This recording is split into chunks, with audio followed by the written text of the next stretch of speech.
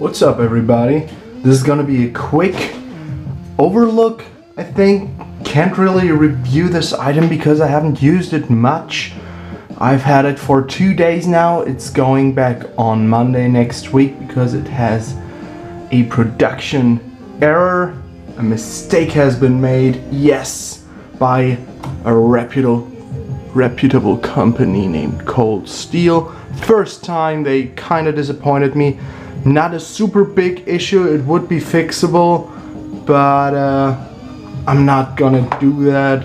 So it's going back because I paid a lot of money for it and I kinda need it for something else right now. And this is the blade. This is the 4-inch Talwar. This is a great knife, don't get me wrong. This is a very cool knife.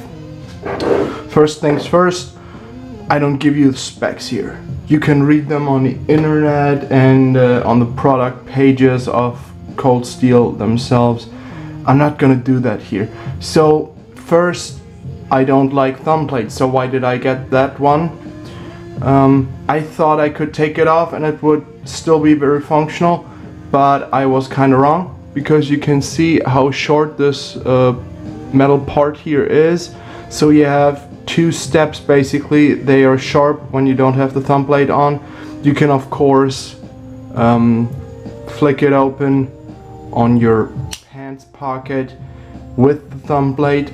I don't like that opening mechanism. You can flick it. It's kind of weird because you have to grab that edge here, and it is of course the triad lock, which is still a little bit harder to flick because it has so much tension on it. I used to open it that way. For my large to extra large sized hands, it's a little tight, just a tiniest bit crammed in here. If that cut out here would be one and not just the small one, and the larger one would fit my hand much better.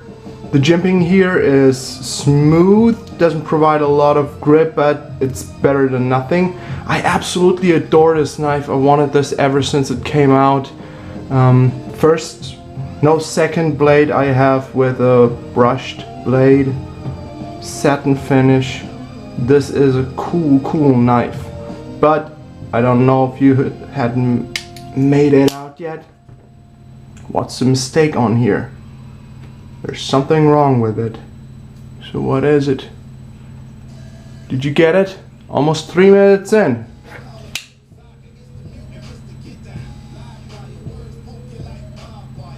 You see it, huh? There you go. On the base of the blade there is 0.6 centimeters of unsharpened blade, and that's just a no-go. What happened here, Cold Steel? How did this knife make it out of the factory? I don't know. Otherwise, this is a wonderful blade. I paid around $100 for it. Bought it from France actually, because it's even much more expensive over here where I am. This is a cool knife, full thick G10 liners, triad lock, you know, standard clip for, you know, their Voyager line and all the other models. Super awesome blade shape, really fucking sharp. I mean, you can small cut, of course not with the base of the blade here. You can fast cut, careful not to cut my fingers. Piercing ability is insane. This is a super sharp, very cool knife. Much more expensive than the ones that offer basically the same. Here you have the 4-inch Voyager. I think it is 4 inches. Yes, it is 4 inches. And you have the Cold Steel Code 4. Code 4. And this is, I think, 3.5. Yeah, 3.5 inches.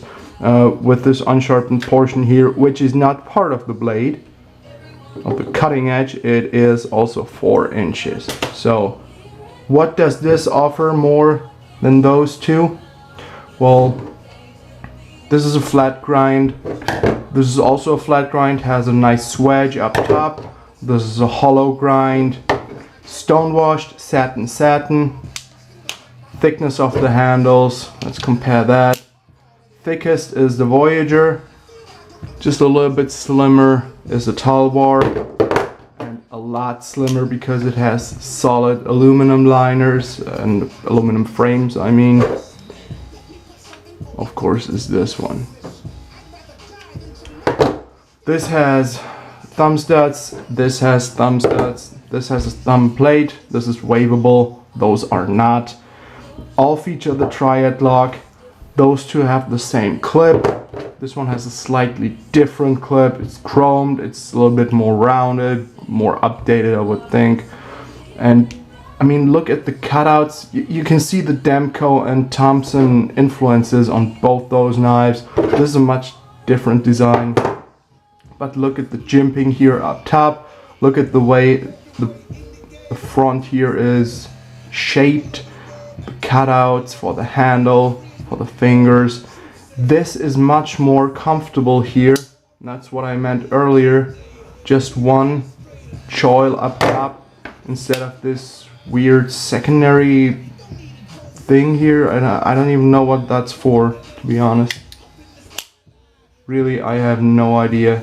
It wouldn't get in the way of the thumb plate if that wasn't there. This edge here. So this will go back. Of course, this is G10. I forgot to mention that. This is Grivery, aluminum. I mentioned that. And this is so tough. This G10 milling. It really can sand off your fingers. So what I would have done if I hadn't sent this back on Monday, I would have put some high grit sandpaper on there and just rubbed it off a little bit, because this is really tough. I would have bent the clip a little bit outwards because it is really tight.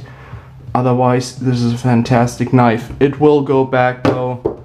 Sadly, I have options that fill that roll in different sizes and whatnot. Too bad, but I really can use $100 for something else. You will see soon for what that is. Hint, if you're following the channel, I mentioned in a video that I shot with my buddy the Czech Republic. So that money will go towards the trip and what we're gonna do there. That will happen, I think, week after next week. Maybe next week, we'll see. I will upload it as soon as I have shot the videos and if they're alright. So I will see you soon. Totally recommend it. This is unexcusable, but hey, everybody makes mistakes, so this will go back. I'm sure if I were in the US, Cold Steel would take care of it in a heartbeat. Shipping internationally, really big pain in the ass, so this will just go back to the seller. I will get a refund, and that's that. Talwar recommended. Just make sure you get one that is flawless, like most knives. All the other Cold Steels I had were flawless. I haven't had a complaint about any one of them, and if so, I don't even remember. So I'll see you soon. Have a good night. Roll.